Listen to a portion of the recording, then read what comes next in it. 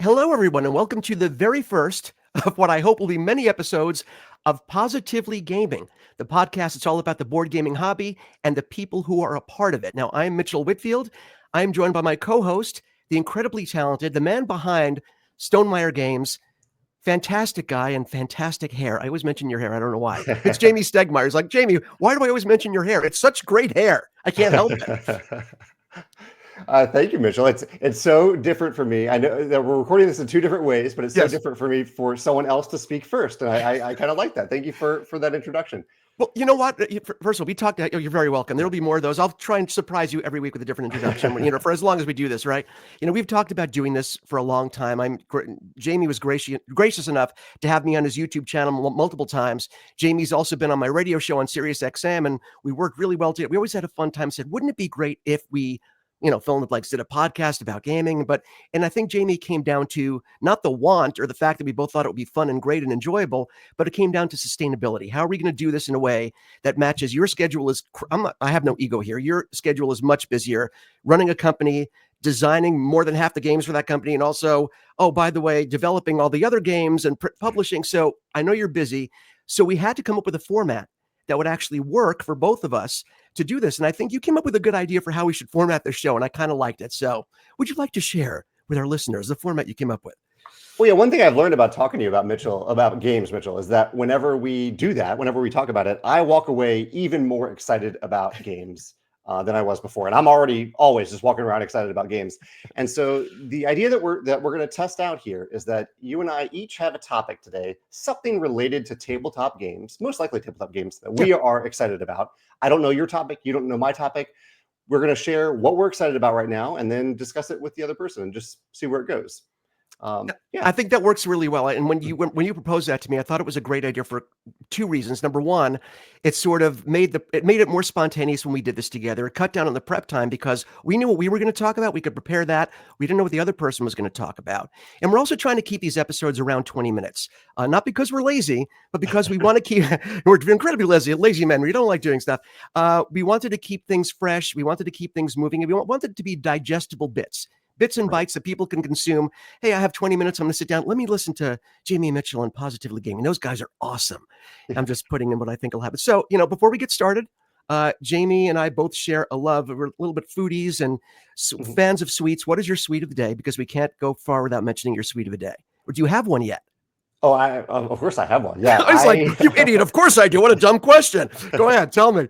Right after Valentine's Day, I picked up a big box of half-priced chocolate-covered cherries. So I had a chocolate-covered cherry a little while ago. Do you like chocolate-covered cherries? I love them. And I even like the chocolate-covered dried cherries that you can get at Trader Joe's, which are oddly have a shelf life of about 5 years. There's something wrong there, but they're amazing. And it's a little mixture of sweetness and tartness. And plus I get the dark chocolate, which I assume you do too. Yeah. You didn't ask, but I will tell you, Tracy brought in the devil into our home. Caramello Bites. You know the Caramello Cadbury bars, which is Cadbury milk chocolate filled with caramel? Yes. And they came in the big bars. You always have to break a piece off because they were so sweet and then the caramel would drip out. Well, they come in individual squares. So now instead of having to buy a big bar and break off a square, now we said this is Caramello Bites. I'm going crazy. Okay. So now that we've gotten the sweets out of the way and we don't have a ton of time with every episode, let's start off with topic one. Again, I know not of what Jamey speaks. So let's start with Jamey. What do you want to talk about first? Yeah, so one of the things that I am really excited about right now is actually something that just happened. It's not something that is going to happen, but something that just happened. I just spent a weekend at the Gamers Ranch here in Missouri. Mitchell's nodding his head because I think he knows what it is. But for those of you who don't know what the Gamers Ranch is, it is a vacation property about 2 hours west of St. Louis where that is filled with tabletop games. And not just like a token shelf of games. It's filled with literally probably around 2,000 tabletop games. And a full, really well-designed 18-hole disc golf course. Really good pinball machines.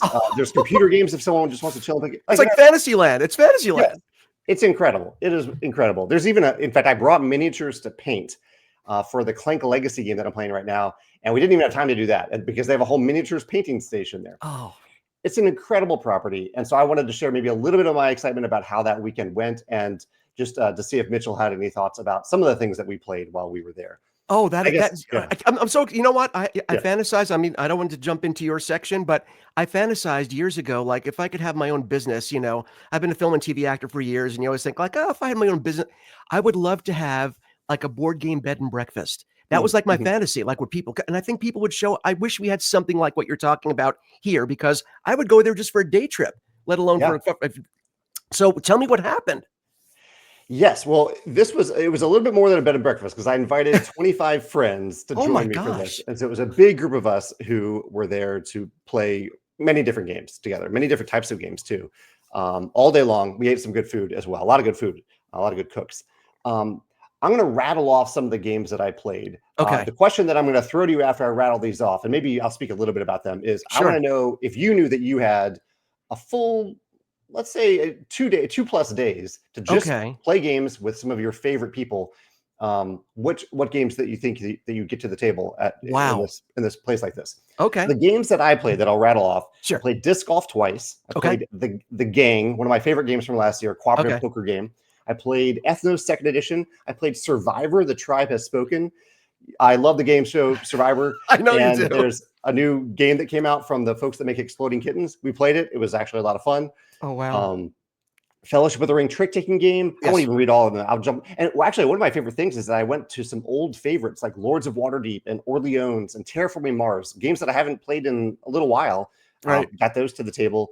And then we also at night, as we get a little bit more silly, some people were drinking. I had a few drinks.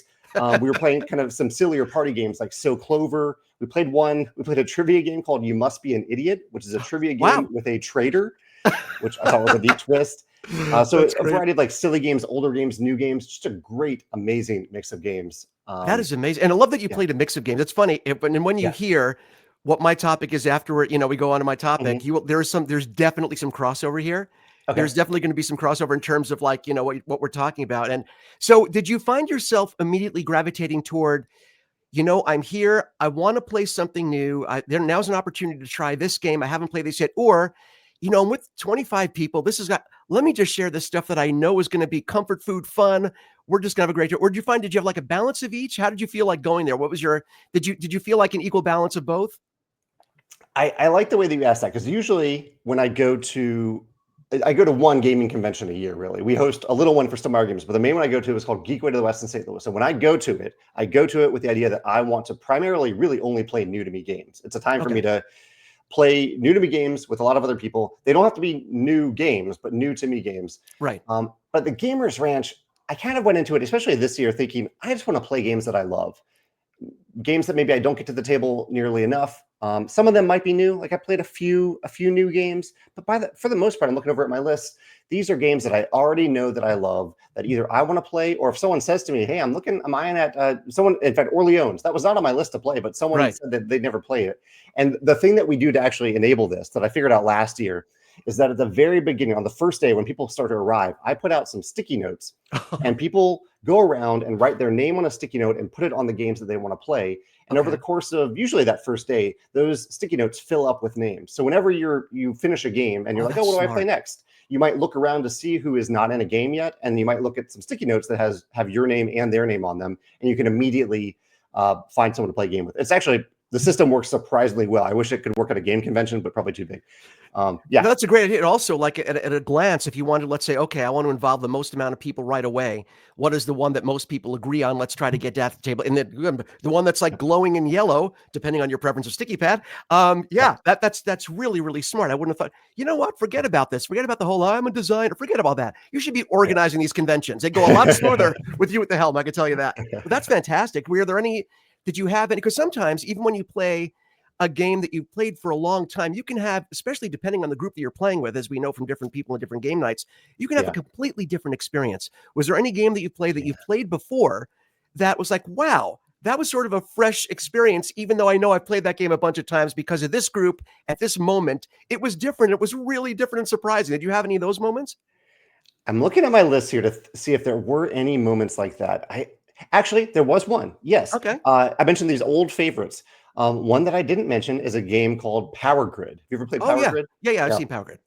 modern classic game about running a power grid essentially, and it's a game that I've played before. I've enjoyed it, and this was one where I think we introduced it to around 3 new people, and I hadn't played it in a while.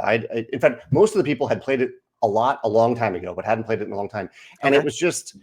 it was, I wouldn't say there was any big breakthrough that came from this game, but it was just really neat to see this modern classic get to the table again for people who had once been very familiar with it and were returning to it and having a great time with it.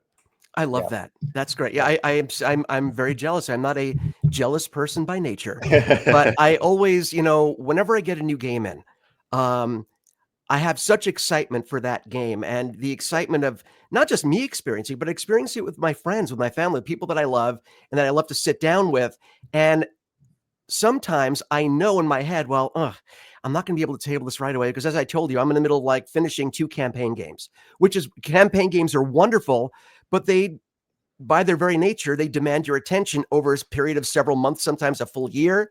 So I know in my head, well, I have 1 chapter left of Kinfire Chronicles. I have 5 chapters left of Descent, so what do I do? How am I going to fit this in? So I'm always trying to like Tetris in my mind. How am I going to get this next game to the table? And I should probably slow down my purchasing. It would make things a lot easier. But we can't wish for too much there. There's something I was going to ask you about that game. So you did try. What did you think of Lord of the Rings? Yes. Because I played it. I played it when I was at PAX, and I immediately purchased it. I ordered it while I was there. I thought it was really a lot of fun and interesting. Did you enjoy it? Did your group seem to enjoy it? Yes, I'd played it a little bit before, but this is the first time that I had no time constraints. And that's the question Right. eventually I want to throw back at you is, given that there's no time constraints on something like this, what game do you think that you would play?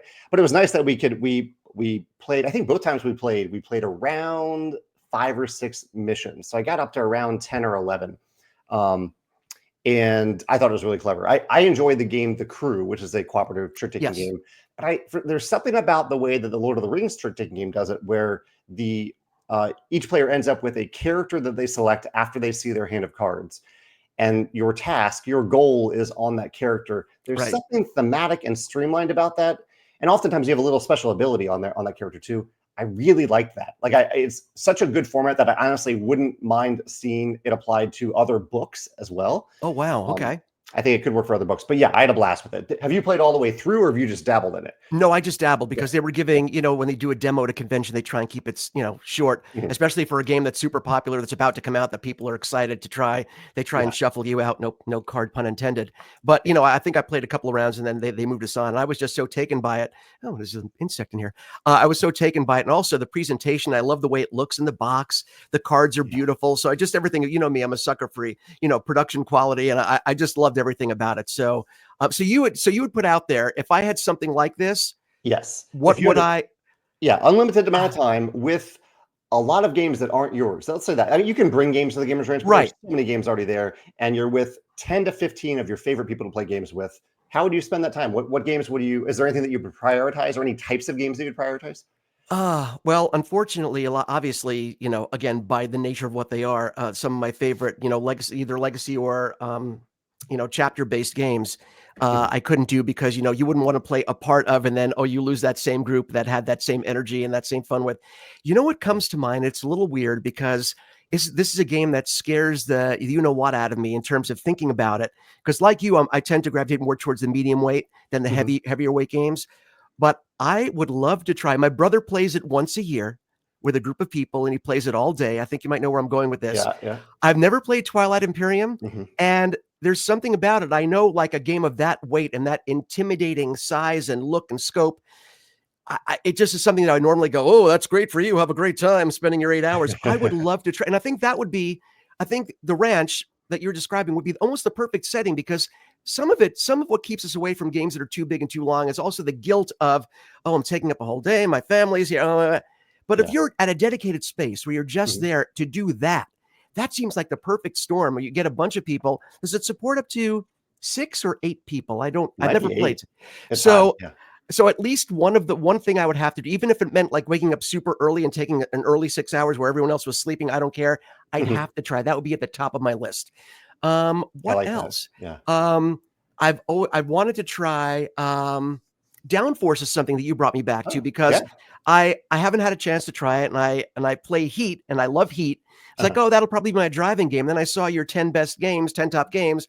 I was like, oh, I have to try Downforce now. If Jamey loves it, I have to try that. So that's another one that I would try.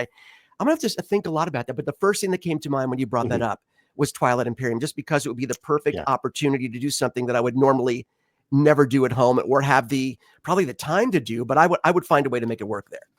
I really like that. And even one other perk at this particular place is that they have more than enough tables for the number of people, number of beds. Like there's enough beds for 20 people, but there's, I don't know, 8 giant gaming tables so that you could literally set up that game on a table and probably play it over the course of 2 days if you wanted to. You could play 4 hours on one day, 4 hours on the next day. Yeah. And you're not getting in anyone's way. That's a cool idea. I'm going to write that down for next year, I think, when I go. I think that is awesome. Okay. Yeah. So let's go to you. We're naturally at the halfway point. You're like a good internal clock, Jamey. You're perfect. Yeah. What are you excited about right now? Just, you know what? I've been thinking a lot. About gaming myself and the hobby. And what came to mind, what I wanted to bring to the table today was It's such a clever pun for what we're doing. All right. I digress. I wanted to talk about how I feel I've evolved as a gamer and how people evolve as gamers. And that evolution can take different forms. How we approach gaming in general, the types of games that we like, the people that we game with, what we gravitate towards. And I think about when I first started, I mean, because listen, as you know, we've talked about this before. I was a hardcore gamer like early on when I was younger. Then there was a big gap of time, like decades of time. And then about 7 or 8 years ago, I sort of got into it all over again. And my MO, the way I approach things is so different now compared to when I was younger. I think part of it was when I was younger, I grew up with a single mom. So, we had a lot of games that we played together, card games. So I learned how to play bridge when I was 10. I was playing like canasta and, hearts when I was 8 or 9. So I had all these games that I was learning. And I was also playing with a lot of adults because she would invite me to play with them. When she had people over, they needed a fourth person. Oh, Mitchell can play. So I started gaming, especially card-based games, very young, and then graduated to board games. And I think because I was playing with adults, I had to learn really quickly. I had to be sharp because I don't want to get left behind. And I also was very competitive. It's like, oh, they're adults. I better make sure that I don't, come in last. I don't want the kid to come in last. And that stuck with me. And I brought that to my gaming as I got older. This has turned into therapy, Jamey. This is really weird. Should I be like lying on my back? And how does that make you feel, Mitchell? And I was really, when I played board games from card game, I was playing to win. I was playing competitively. And I realized as I got older, it's not attractive. And I don't think people enjoyed play. I wasn't mean. I was just like, there are people there to have fun and I was there to win. And I didn't like the way I felt about it because it added stress. It added, something to the equation that is totally not there for me now. And I decided I had to change my approach as I got older because I didn't like being around that when other people were like that. Why would I think that people would enjoy being around me like that? So I sort of evolved into a different type of gamer. Yes, I still like competitive games. And I know you like competitive games as well, but I also have grown, and I don't know how you feel about this, because I've grown more attached to cooperative games because to me, it's about the adventure.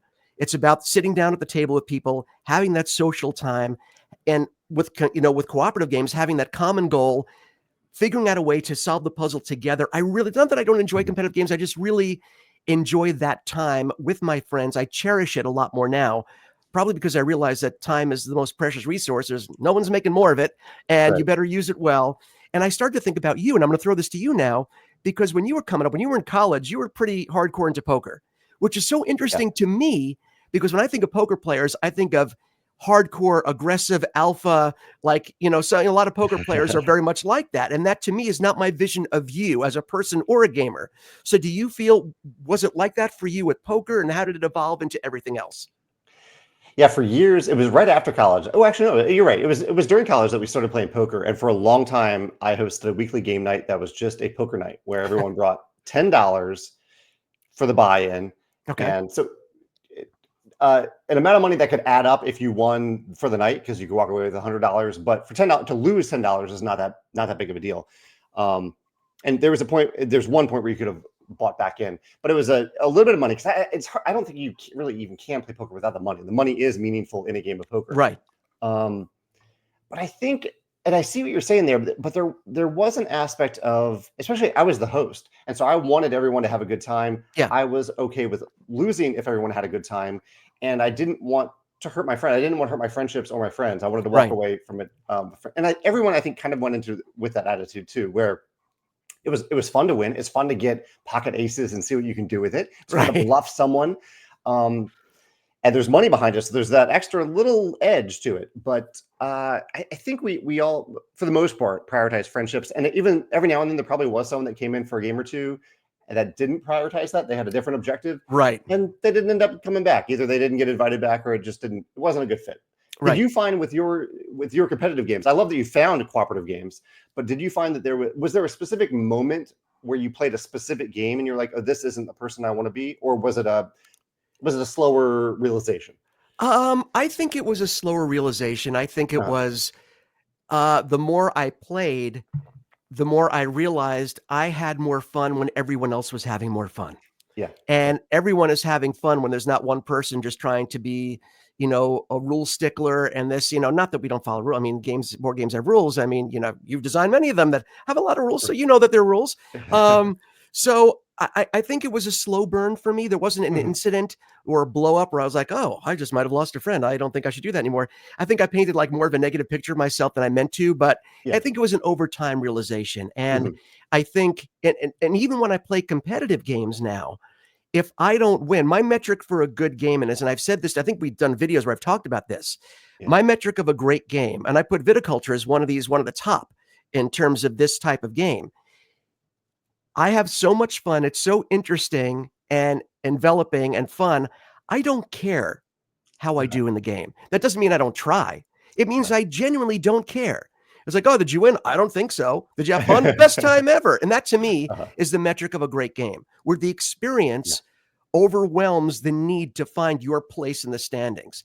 And I'm finding those are the games that I gravitate toward the most. And it's worked out really well for me. But I have had incidents, and we don't have to talk about that on this particular episode. We'll talk about some unattractive incidents where I might have ended a party that had a charades game and made everyone go home. It was really unattractive, but I know it would make you laugh. But it was not attractive. But Uh-huh. just to sort of wrap this up, and the evolution. And again, for other people, evolving as a gamer doesn't just involve self-realization and, what kind of gamer you want to be to make everyone else happy and to make gaming happier for you, but even the Yeah. types of games that you play. And I would encourage people to always don't be afraid to go outside your comfort zone. Mhm. Like we were just talking about, what was the giant game I was just talking about? Twilight Imperium. Yeah. That would intimidate the heck out of me, but I want to try it. I want to have that experience. It's Yeah. probably maybe it's something I never do again. My brother does it once a year. He said he couldn't handle more than once a year. I totally get that. Some people don't like games that are app assisted because they have this thing. It's not a board game, but it is a board game. It's a different type of board game. So Yeah. I would encourage you, if you think that there's something that, oh, wow, I could never, and then fill in blank, dot, Yeah. maybe give it a try. You could be surprised, because there have been some games that have surprised me. And Uh-huh. I would encourage, I guess, everyone every once in a while, step outside that box and try something, because you could be pleasantly surprised, or affirm what you thought you already knew and like, oh yeah, I'm never doing that again. Because that could happen too, right? That does happen. And I think also, to piggyback on top of that, to find or to be self-aware enough to realize what it is that you are deriving joy from when you play games. Because you might go into games like you did for a while thinking, I play games because I want to win. And over time it sounds like you realized that's actually not why I play games anymore. And there's this other thing. I enjoy building things, or for some people, it actually might be that they enjoy winning, and that's okay too. I think there are lots of different motivations for playing games, and figuring out what that is and how that might change over time is something that I try to be aware of it myself. So Yeah, no, that makes a lot of sense. And you know what? I'd like to think, even as a husband and as a father, we're never done evolving and yeah, adjusting and, trying new things and making different decisions. And, it's like any relationship, whether it's a board game group or family, it's nice to always try something different and to step outside the box every once in a while. So I try to apply that to everything. And wow, yeah. this got a lot deeper. Talking about games and psychology with Jamey and Mitchell. Well, you know what? I think I mean, if I'm not missing something, we've already filled up 20 minutes. We've already am I crazy? Are you what? I mean, Oh did no, you you're not agree. I've been trying, and I feel like we've just barely scratched the surface, but that's what this is about. Yeah. That's what this is about. Like finding a couple of things that we want to talk about. And I could talk about your topic for an hour. I could talk about the evolution of gamers for another hour. But we made a pledge, Jamey. We made a pledge to you, my friend, to make sure we keep this This is awesome. And like I said, I could see like only having so much more to say on a weekly basis, but Yeah. I hope this is like going to be a fun format for you because again, I can, like you said, I can talk games and people and games with people all day long. So I'm glad we're giving this a try and I'd love to hear what people think about this.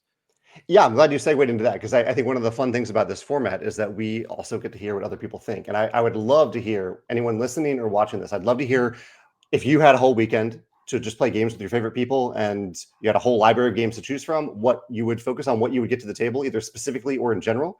And for Mitchell's topic, like what have you learned about yourself as your gaming preferences have evolved over time? And have you played any games that maybe surprised you? Like Mitchell mentioned, cooperative games that he didn't even have in his in his gaming portfolio before he realized how much he wanted to have that shared experience with other people.